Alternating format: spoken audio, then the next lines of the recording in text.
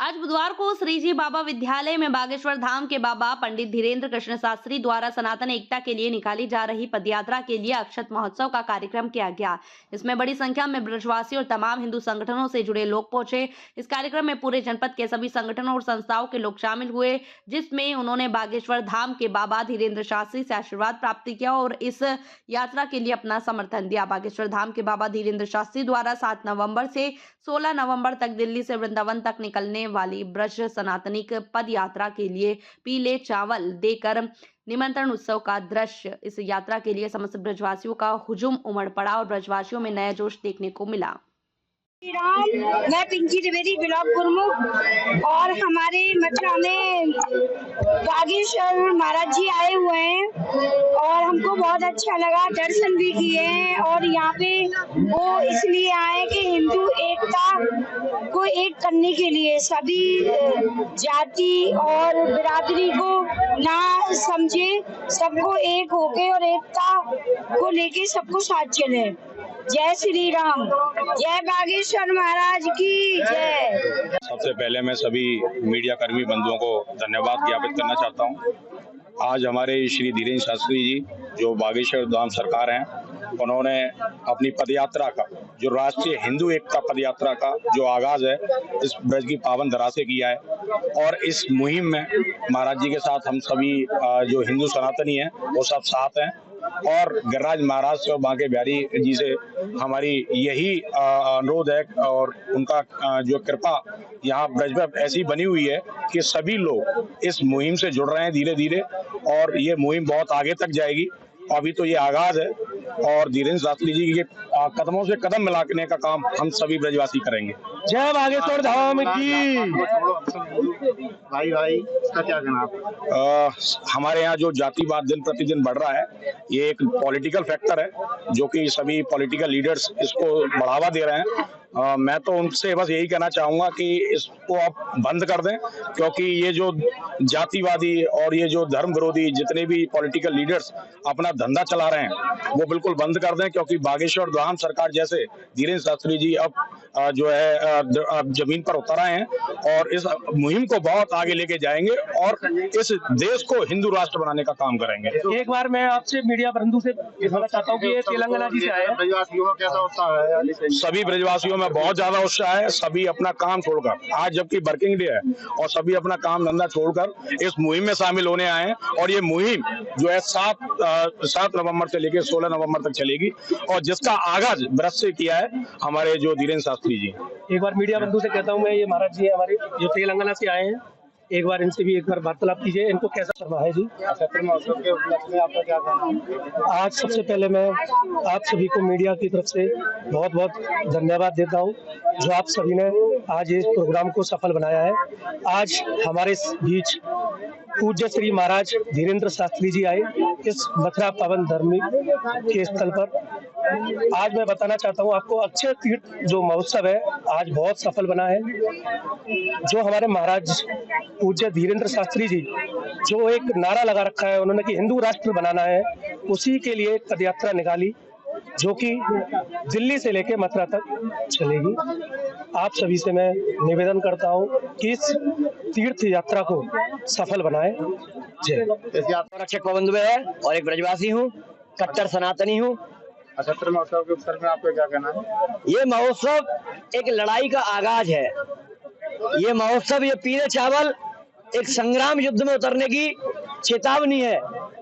इस मथुरा में चंद लोग इकट्ठा होकर कोतवाली घेर लेते हैं, थाना घेर लेते हैं और एक हिंदू भाई को जेल भेज देते हैं। एक ऑटो रिक्शे वाला 25-25 लड़कियों के साथ, हिंदू सनातनी बहनों के साथ लब जिहाद कर देता है, उन्हें शिकार बना लेता है। इस मथुरा में आज समय आ गया है, महाराज जी ने जैसा कहा कि हमें एक झाड़ू जैसे बनी रहती है और मजबूत रहती है, एक बीड़ी का बिंडल जैसे एक रहता है मजबूत रहता है, ऐसे हमें सभी साथियों को, योद्धाओं को, सभी युवा साथियों को एक होकर रहना है और इस लड़ाई को अखंड हिंदू राष्ट्र तक लेकर जाना है। गौ माता को राष्ट्र माता बनाने तक लेकर जाना है। पूरे ब्रज 84 कोस को मांस मुक्त करके दिखाना है। इस यात्रा में ब्रजवासियों को कितना जोर रहेगा? इस यात्रा में पूरे ब्रजवासी चूलो, चाकी, चून सब लेके जा रहे हैं। खूब मालपुआ बनाएंगे, चक्क खाएंगे और पूरे 7 नवंबर से लेके और 16 नवंबर तक महाराज जी के संग ही रहेंगे। सब ब्रजवासी चकाचक आनंद करेंगे। कोई ब्रजवासी घर में ना रहे हो, ऐसे समझ लो गिरिराज जी की परिक्रमा को उत्सव चले, ऐसे ही ये दिल्ली से लेके वृंदावन तक को उत्सव चलेगा। अभी महाराज जी संकेत दिया है कि जात पात को छोड़ो, सब हिंदू हम भाई। महाराज जी ने संकेत ही नहीं दिया, महाराज जी ने करके दिखाया। आपने जैसा देखा होगा, अपने कैमरे के माध्यम से दिखाया होगा, मंच पर सभी जातियों के लोग भी थे, सभी कथावाचक भी थे, सभी मंदिरों के सेवायत भी थे, सभी महाराज हमारे गुरु धर्माचार्य भी थे, सभी लोग वहां उपस्थित थे। उन्होंने करके दिखाया कि सभी जाति, सभी सनातनी, सभी हिंदू एक है। विशेषता ये रही इस आयोजन की कि पीले चावल दिए गए हैं। पीले चावल का मतलब होता है कि बहुत ही सम्मानजनक व्यक्तियों को दिए जाते हैं, यानी उनने एक एक व्यक्ति के हृदय से इतना सम्मान है कि पीले चावल देकर के उनको आमंत्रित किया। इसमें ये नहीं कह सकते कि आपको किसने बुलाया, पहले कहावत थी कि आपको पीले चावल दिए क्या। तो इतने सम्मान के साथ, यानी पुरानी परंपरा को, सनातन की परंपरा को जागृत करने के लिए एक कार्य हुआ है। तो सबको ब्रजवासियों को पीले चावल देकर के यहाँ के संतों को, महंतों को, सप्त देवालयों को, 84 को, उसके मंदिरों को और समस्त जो भी सामाजिक कार्यकर्ता है सभी को आमंत्रित करके पूज्य महाराज जी ने उस यात्रा में सम्मिलित होने के लिए आह्वान किया है। हम सब लोग उनके साथ हैं और यात्रा में हम सब लोग सम्मिलित होंगे और बड़े ही धूमधाम के साथ समस्त भारतवर्ष इस यात्रा से जो अलग जगने वाली है उसको हम सब लोग आने वाले समय में देखेंगे। महाराज जी ने संदेश दिया है कि हम हिंदू सभी छोड़ो जात पात की करो विदाई, हम सब हिंदू भाई भाई।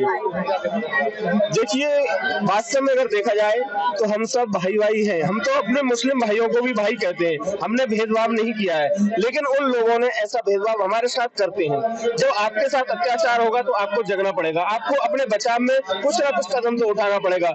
हम उनसे विरोध नहीं करते, लेकिन अपना बचाव तो हमको करना पड़ेगा। तो हम सब अपने बचाव के लिए कर रहे हैं। पहले हम उनको भाई मानते थे, हमने इतने सारे उनको रोजगार दे रखे, आज भी सारे रोजगार हिंदुओं के वो करते हैं, लेकिन जब हिंदुओं को आघात पहुंचाने लगे, चोट पहुंचाने लगे, तो हम अपनी उस चोट को रक्षा करने के लिए हम सब लोगों को जागृत होना होगा। कितनी संख्या में लोग यात्रा में पहुंचेंगे? करीबन लगभग देखिए रोज 15 से 20 हजार लोग यात्रा में प्रतिदिन रहेंगे, बदलते रहेंगे, अलग अलग जगह से नए नए लोग आते रहेंगे, जाते रहेंगे। इस तरह से यात्रा का दिव्य आयोजन होगा। हमारा नाम है महामंडलेश्वर बैराज स्वामी रामकृष्णानंद महाराज। आज नक्षत्र महोत्सव के अवसर पर आप क्या कहना चाहेंगे? हम यही कहना चाहेंगे, जिस प्रकार से बागेश्वर धाम सरकार इतनी मेहनत करके दिन रात एक करके सनातन को जगाने का, सनातन को एक करने का प्रयास कर रहे हैं, इनके प्रयास में हम सभी ब्रजवासियों को एवं हम सभी देशवासियों को इनका सहयोग तन से, मन से और धन से करना चाहिए। एक ही बात चाहते हैं, जिस प्रकार से बागेश्वर धाम सरकार इस यात्रा के लिए अब दिल्ली से चल करके वृंदावन तक की ये पद यात्रा है, इसमें हम सभी ब्रजवासियों को चलना चाहिए। इस यात्रा का जो लक्ष्य है वो सनातन को एक करना है, सनातन की ध्वजा पताका सारे विश्व भर में फैलाना है, भारत को हिंदू राष्ट्र बनाना है, माँ यमुना का शुद्धिकरण करना है एवं जन्मभूमि को ईदगाह मस्जिद से मुक्त करा करके फिर से देवालय के रूप में परिवर्तित करना है। महाराज जी ने बोला है माखन मिश्री खाएंगे, महाराज जी ने बोला, हाँ यही बोला है कि अब की बार अगर इनकी हमारी सबकी अगर ये सफल हुई यात्रा तो अब की बार कृष्ण जन्मभूमि का जब निर्माण हो जाएगा तो उसी में बैठ करके माखन मिश्री का भोग हम सब ब्रजवासी और पूज्य धीरेन्द्र शास्त्री जी बागेश्वर धाम सरकार सबके साथ बैठ करके माखन मिश्री का भोग प्रसाद पाएंगे। यात्रा में साथ ब्रजवासी सम्मिलित हो रहे हैं। ये बागेश्वर धाम सरकार यहाँ पे सभी ब्रजवासियों को, सभी क्षेत्रवासियों को निमंत्रण देने के लिए आए हैं। अक्षत वितरण का मतलब है निमंत्रण प्रदान करना, सभी के लिए निमंत्रण देने के लिए आए हैं। सभी साधु संत महामंडलेश्वर जगत गुरु एवं ब्रजवासी एवं हिंदू जो भी सनातनी है वो सभी इस यात्रा में जुड़ करके इस सनातन यात्रा को सफल बनाए।